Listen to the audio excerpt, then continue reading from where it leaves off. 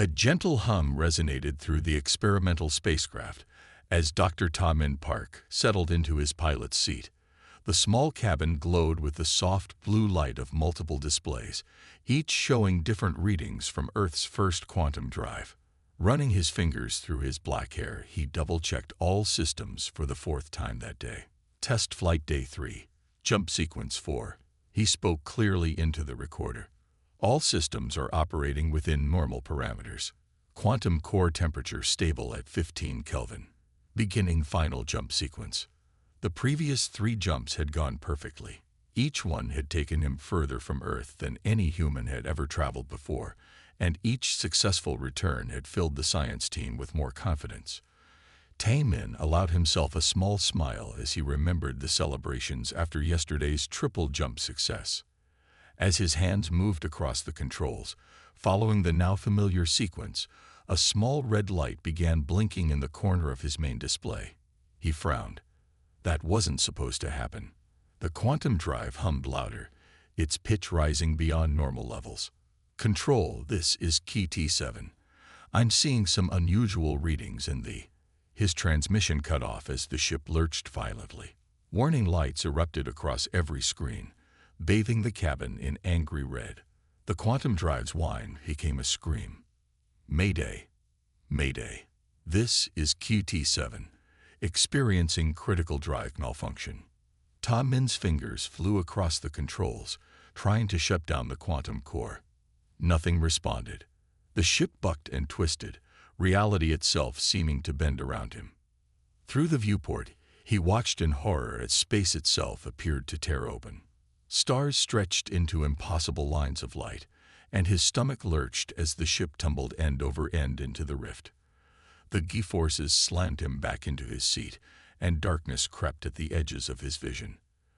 When consciousness returned, Min found himself staring up at a purple sky.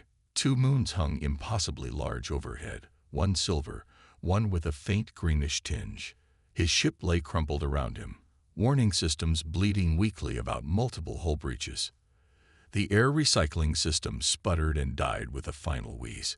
His suit's oxygen readout began counting down rapidly. He had maybe 20 minutes left. Outside, sensors detected high levels of chlorine compounds in the atmosphere. One breath of that air would destroy his lungs. Stay calm, he whispered to himself, fighting down panic. Think. He reached for the emergency beacon, praying it still worked. The small device activated with a reassuring chirp, broadcasting its distress signal into space. Minutes ticked by. The oxygen level dropped to 15 minutes, then 10. Min's breathing became labored as the cabin's air grew stale. He tried to move but found himself pinned by twisted metal. Dark spots danced in his vision. High above the purple planet, Captain Era stood on the bridge of the stellar exploration vessel, Moonlight. Her tall, silvery form cast a graceful shadow across the command deck as she studied the strange readings appearing on her screens. "Captain," her sensor officer called out, "we're picking up an unknown distress signal from the surface. The signature, we've never seen anything like it." Era's silver eyes narrowed as she examined the data. The signal was crude by their standards, but there was something elegant about its simplicity. "An unknown vessel. Out here," she murmured. Her people had mapped these sectors centuries ago. No one should be this far out in unexplored space. A new alarm sounded. "Life signs detected," the sensor officer reported. "They're failing rapidly. Whoever's down there has minutes at most." Era straightened, her decision made. Launch rescue shuttles immediately. Full environmental gear. Those atmospheric readings are lethal. Move quickly, people. Someone's life depends on us. As rescue crews raced to their shuttles, Era studied the signal's location one more time. Something about this felt important, like one of those moments that changed the course of history. She just hoped they would reach the mysterious visitor in time. In his failing ship, Min's consciousness slipped away. His last thought before darkness took him was of Earth, so impossibly far away, and how he had just become the first human to die in another solar system. Then everything went black as the purple sky above him faded to nothing. The race to save his life had begun. The toxic winds howled across the purple landscape as Era led her rescue team toward the crashed vessel. Their protective suits gleamed under the light of the twin moons, while specialized equipment cleared a path through the colorant-heavy atmosphere. The unknown ship lay broken, but largely intact, its strange design unlike anything the Lunari had ever encountered. Life signs are critical but still present, the medical officer reported through their comm system. We need to move fast, Captain. Era moved with practiced efficiency, her tall frame easily keeping pace across the rough terrain. When they reached the ship, her team made quick work of the unfamiliar entry mechanisms. Inside, they found a sight that made even the experienced rescue team pause, their first glimpse of a human being. The unconscious form was smaller than a Lunari, with rounded ears and pale skin that lacked their species' silvery sheen. Dark hair was plastered to his forehead with sweat, and his chest barely moved with shallow breaths. The readouts on their scanners showed his vital signs dropping rapidly. Standard medical procedures aren't working, the chief medic announced, frustration clear in her voice. His physiology is too different. He's slipping away, Captain. Era knew she had only moments to make a decision that would change everything. The emergency life-sharing protocol was sacred among her people, used only in the most desperate circumstances. It would create a permanent neural bond between rescuer and rescued, a connection that could never be broken. Clear the area, she ordered, kneeling beside the dying human. Her hands moved to specific points on his face and chest, positions taught in their most ancient medical texts. I'm initiating the protocol. The moment her fingers made contact, energy surged between them. Era gasped as foreign sensations flooded her mind. Memories of a blue planet, of towering glass buildings, of something called quantum physics. She pushed back with her own life force, lending him strength, creating a bridge between their minds. Ta Min's eyes snapped open as he drew in a desperate breath. His vision filled with a face that couldn't be human. Silvery skin, large alien eyes that shimmered like moonlight on water. But instead of fear, he felt an inexplicable sense of connection, of rightness. The medical team rushed back in, moving them both to the rescue shuttle. Throughout the journey back to the moonlight, Era could feel his consciousness brushing against hers, confused but curious. His mind had a vibrancy she never experienced before, burning with questions and wonder. Hours later, in the ship's medical bay, Ta Min finally regained full consciousness. The room was unlike any hospital he'd ever seen, with curved walls that seemed to glow from within and medical equipment that looked more like art than technology.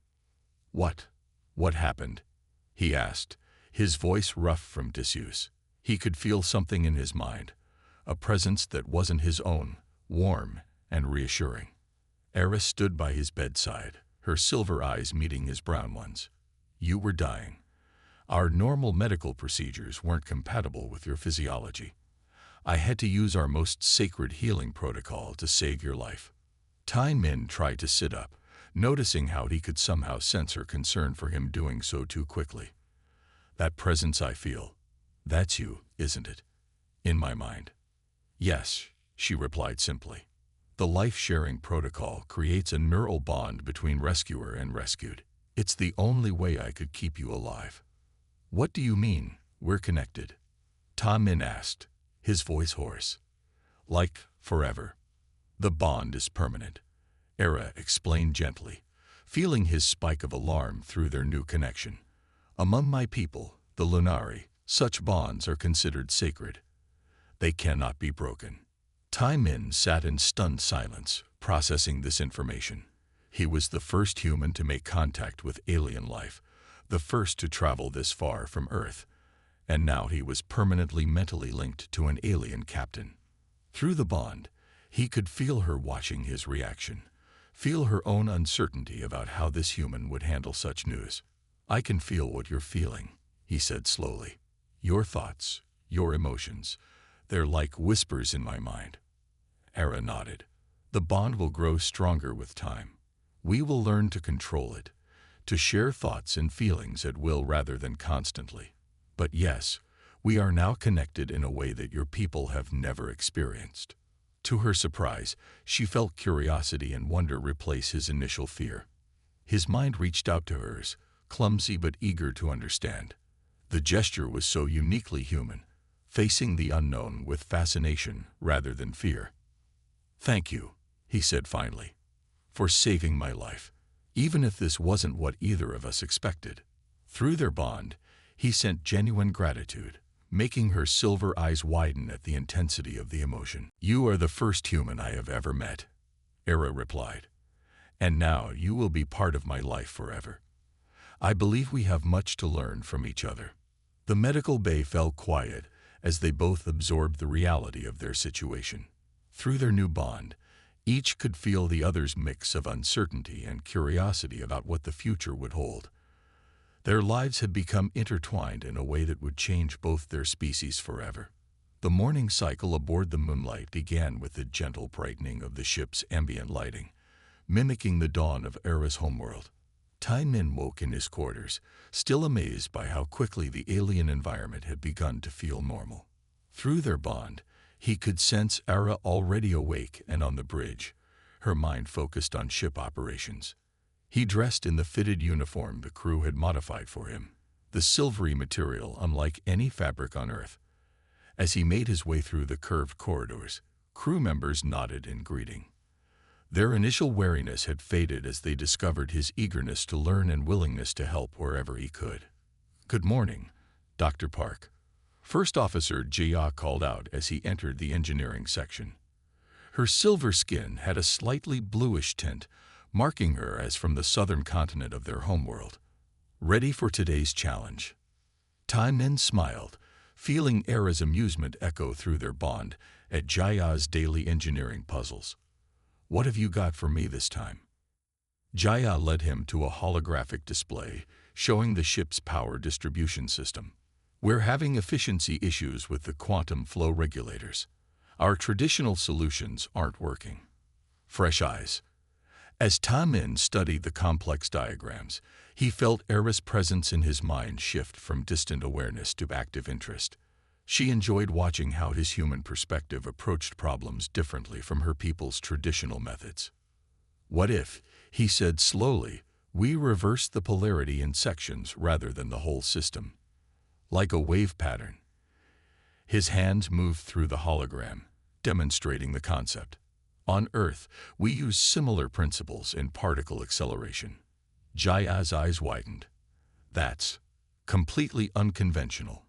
But the math works." She quickly ran the calculations. It would increase efficiency by 30%. "How do you come up with these solutions?" "Humans are used to working with limitations," he explained. "We had to get creative with our technology because we didn't have access to advanced materials like yours." Through the bond, he felt Era's pride and amusement.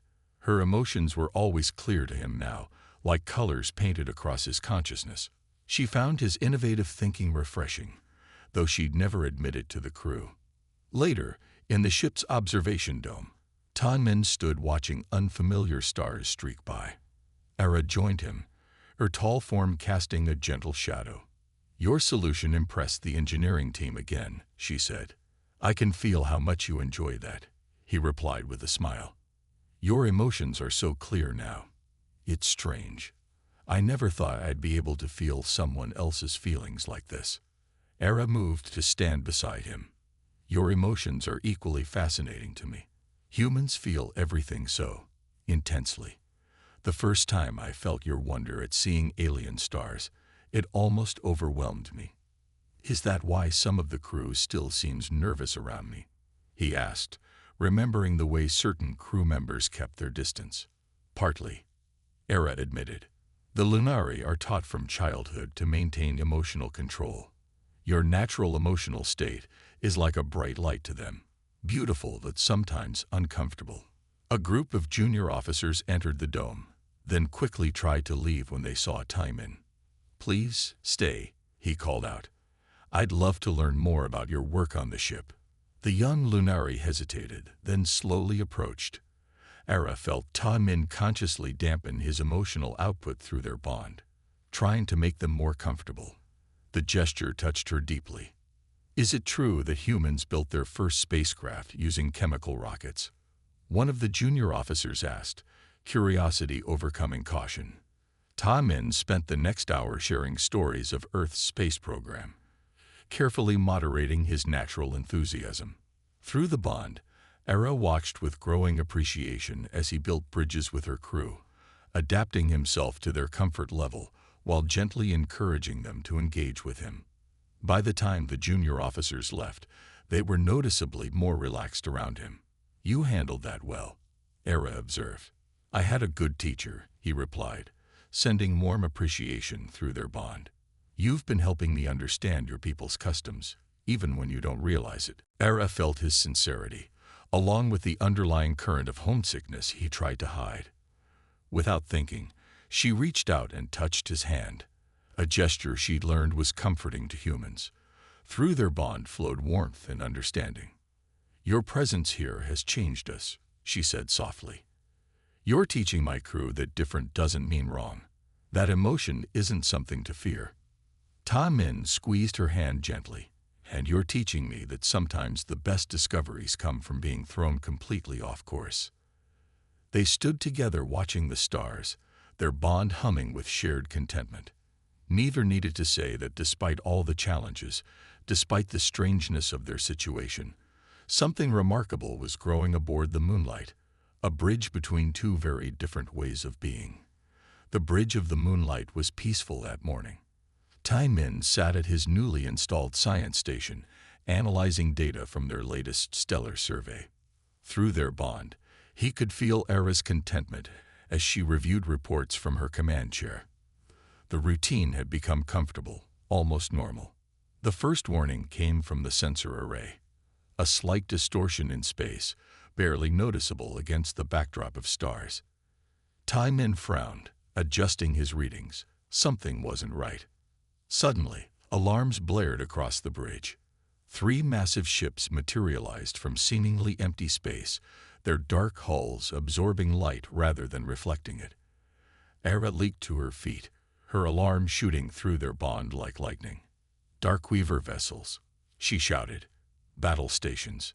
Ta Min's mind filled with Era's knowledge of these beings, a species obsessed with collecting unique specimens from across the galaxy. Their ships were biological constructs, grown rather than built, and nearly impossible to detect until they struck. They're trying to lock onto our engines, Jia shouted from her station, her fingers flying across the controls. Their bioweapons are adapting to our shields. Through their bond, Ta Min felt Era's strategic mind racing through options. The Moonlight was fast, but the Darkweavers had positioned themselves perfectly for an ambush. They were being herded toward the same purple planet where Ta Min had crashed. Then he saw it, a possibility so dangerous no Lunari would ever consider it. His eyes met Era's across the bridge, and through their bond, he shared his desperate plan. No, Era said aloud, even as her mind processed the idea. The atmospheric toxins would destroy our outer hull plating. But it would destroy theirs too, Ta Min argued, sending calculations through their connection. Their bioships are even more vulnerable to chlorine compounds than your technology. Another hit rocked the ship.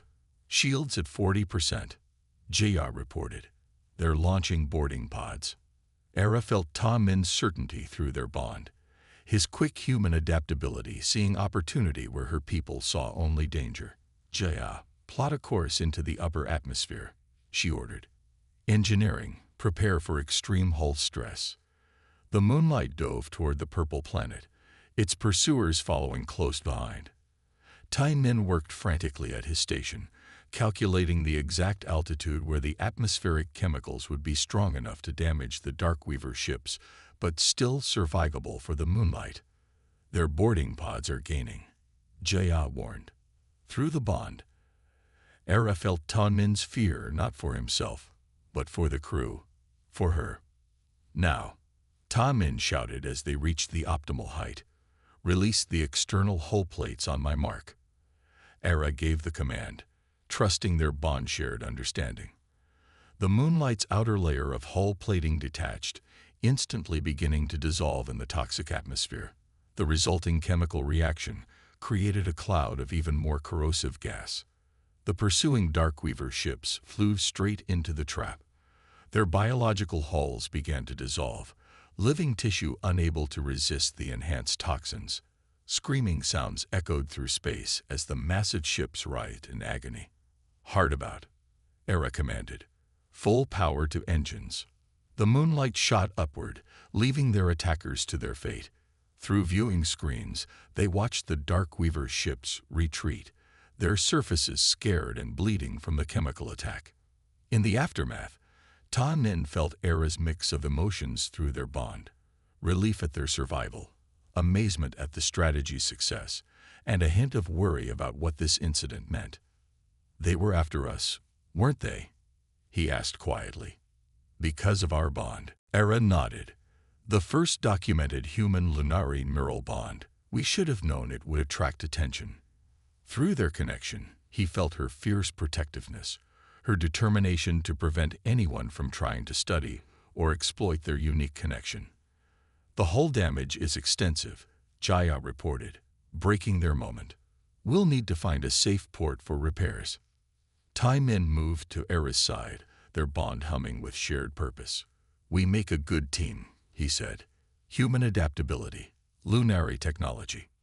"Yes," Era agreed, letting her pride in him flow through their connection. "Though perhaps next time we could find a solution that doesn't involve partially dissolving our own ship." Their gentle laughter eased the tension on the bridge, but both knew this attack was only the beginning. Their unique bond had made them a target, and somewhere out in the darkness of space, the Darkweavers were nursing their wounds and planning their next move. Through their neural connection, Era and Tai Min shared the same thought. Whatever came next, they would face it together. Two species' strengths combined into something entirely new. The Darkweavers had wanted to study their bond. Instead, they had learned just how dangerous it could make them. The message from the Lunari High Council arrived 3 days after the Darkweaver attack. The Moonlight was docked at a repair station, its hull still bearing scars from their desperate escape. Tai Min felt Era's tension spike through their bond before she even opened the transmission. 6 stern faces appeared on the command screen, their silver skin gleaming with the subtle patterns that marked them as council elders. Their disapproval radiated so strongly that even without the bond, Ta Min would have felt it. "Captain Era," the chief elder spoke, her voice cold. "You will explain why you initiated a sacred life bond with an unknown alien species without council approval." Through their connection, Tai Min felt Era straighten her spine, drawing strength from his presence beside her. "Honored elders, I acted to save a dying sentient being, as our oldest laws command, by creating an unprecedented bond with a primitive species." Another elder scoffed. "His people haven't even mastered stable interstellar travel." Tai Min felt a flash of anger from Era, carefully controlled but intense.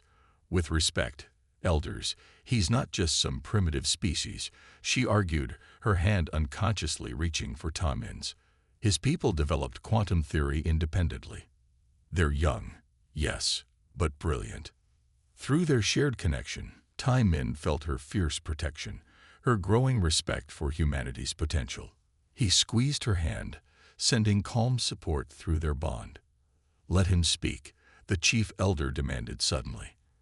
"Let us judge this human's worth ourselves." Tai Min stepped forward, drawing on everything he had learned about Lunari culture through his bond with Era. "Honored elders," he began, keeping his voice steady. "My people are young compared to yours. We make mistakes. We struggle. But we learn. We adapt." He pulled up data from his station, displaying Earth's scientific progress. "In just 1 century, we went from primitive flight to quantum theory. We mapped our genome, split the atom, and began to understand dark matter. Yes, we're still learning. But isn't that what your own ancient texts praise? The eternal pursuit of knowledge." Through their bond, Era felt his passion for science, his species' relentless drive to understand the universe. She let that feeling flow through her, adding her own voice to his defense. The bond has shown me things about humans that no external observation could reveal, she said. Their minds are different from ours, more flexible, more willing to challenge established patterns. During the Darkweaver attack, Tai Min saw a solution that none of us could have conceived. At the cost of damaging your ship, one elder pointed out. At the cost of saving our lives, Era countered. Humans understand something we've forgotten. Sometimes the greatest discoveries require risk. The council members murmured among themselves. Through the bond, Tai Min felt Era's determination growing stronger. She hadn't planned on this connection with a human, but now she would fight to protect it. "Show us," the chief elder said suddenly. "Show us this bond you defend so fiercely." Era and Tai Min looked at each other, understanding flowing between them. Together, they opened their bond fully, letting their shared consciousness touch the council's communal link. The elders gasped as they felt the unique blend of human emotion and lunary clarity, the way their different thought patterns enhanced each other. "Extraordinary," the chief elder whispered. "The depth of it, the potential." "This is why the Darkweavers attacked," Era explained. "They sensed what we've discovered, that human and lunary minds together create something entirely new, something that could change both our species for the better." Through their bond, Tai Min added his own thoughts, showing the council his memories of Earth, his people's dreams of reaching the stars, their capacity for growth and change. The council chambers fell silent as the elders processed what they had witnessed. Finally, the chief elder spoke again, her tone markedly different. "Perhaps," she said slowly, "we have been too quick to judge. This bond between you is unlike anything in our records. It requires further study, not as a problem to be solved, but as a possibility to be explored." Relief flowed through the bond from both sides. Era squeezed Tai Min's hand again, their shared victory making her silver eyes shine. However, the chief elder added, "This situation raises many questions about future human-lunary relations. We will need to proceed carefully." "Understanding between our species was bound to happen eventually," Tai Min offered. "We're fortunate that it began with something as profound as this bond." Through their connection, Era felt his sincerity, his hope for what their peoples could learn from each other. She shared that hope with the council, letting them feel the truth of it. As the transmission ended, Era and Tai Min stood together on the bridge, their bond humming with shared purpose. They had crossed the first major hurdle, but both knew there would be more challenges ahead. Yet somehow, neither of them felt afraid. Together, they were something new in the galaxy, a bridge between worlds, a promise of what could be. The message from Earth arrived just as Tai Min was finishing his shift on the bridge. He felt Era's surprise through their bond before the communication officer announced it. His home planet had finally detected the Moonlight's presence and was demanding answers about their lost scientist. "This is Admiral Chen of Earth Space Command," the stern-faced woman on the screen announced. "We are tracking one of our citizens aboard your vessel. We request immediate contact." Tai Min felt Era's mind processing the situation, her thoughts mixing with his own through their bond. This was the moment they had both dreaded and anticipated, humanity's first official contact with the Lunari. Hours later, the ship's communication room was filled with tension. On one screen, Earth's diplomatic corps waited expectantly. On another, the Lunari High Council observed with their usual silver-skinned gravity. Tai Min stood between the screens, feeling pulled in two directions. Dr. Park must return to Earth immediately. The Earth ambassador insisted. He possesses vital information about alien technology and first contact protocols. His expertise is crucial for humanity's advancement. "That is impossible," the chief elder of the Lunari Council countered. "The neural bond makes him effectively one of our people now. Separation could have severe consequences for both him and Captain Era." Through their bond, Tai Min felt Era's anxiety spike. She was trying to maintain her captain's composure, but the thought of losing him sent waves of distress through their connection. With respect, Ta Min addressed both parties. This situation is unprecedented.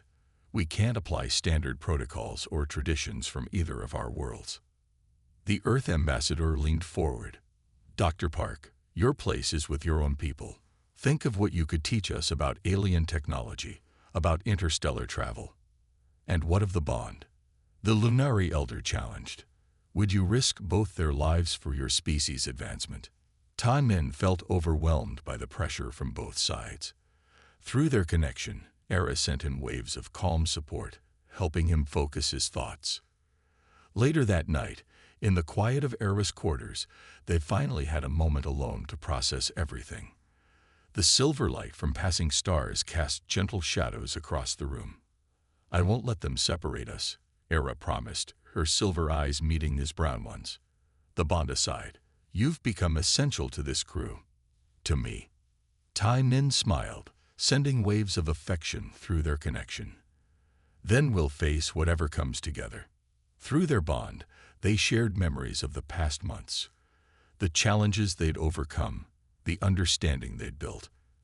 Their connection had grown into something neither of their species had ever experienced before.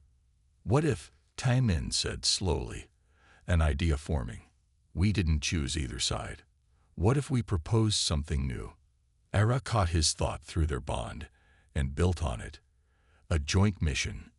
Something that would serve both our peoples. They stayed up late into the night, crafting their proposal. When they presented it the next day, both councils were taken aback by its boldness. A permanent diplomatic vessel, Ta Min explained, crewed by both humans and Lunari. Our bond makes us uniquely qualified to help our species understand each other. The moonlight could be refitted, Era added. We already have experience with integrating human and Lunari technology. Through their bond, they presented a united front, letting both councils feel their certainty, their commitment to building a bridge between worlds.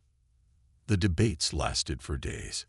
The Earth diplomats argued about security risks and technology sharing. The Lunari Council raised concerns about cultural contamination. But through it all, Ta Min and Ara stood firm, their bond growing stronger under the pressure. Look at what we've already accomplished together, Ta Min argued. The Darkweaver attack proved that our different perspectives make us stronger, not weaker. And our bond, Era added, has shown us that our species can do more than just coexist. We can truly understand each other. Finally, after what felt like endless negotiations, both sides agreed to a compromise. The Moonlight would become the first joint human-Lunari vessel, its mission to explore space while fostering understanding between their peoples. In Era's quarters that night, they celebrated their victory quietly, both exhausted but content. We did it, Ta Min said softly, looking out at the stars. We chose our own path, Era replied, standing beside him. Through their bond flowed a deep sense of rightness, of belonging. Together, they had changed the course of both their species' histories. What had started as a desperate rescue had become something far more important. A choice to face the future not as separate species, but as pioneers of a new way forward. The refit of the Moonlight took months of careful work. Lunari crystal technology merged with human computer systems, creating something entirely new. The crew now included both silver-skinned Lunari and humans from Earth's best space programs, all working together to learn from each other. 1 year after Ta Min's crash, the ship had transformed into something unique in the galaxy. The bridge reflected this change most clearly. Human-designed tactical displays sat next to Lunari sensor arrays, while crew members of both species worked side by side at their stations.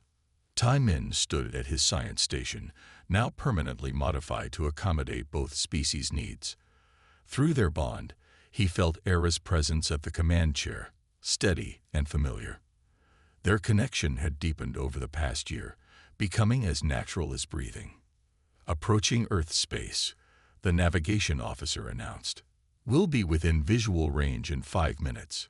A ripple of excitement passed through the bridge crew.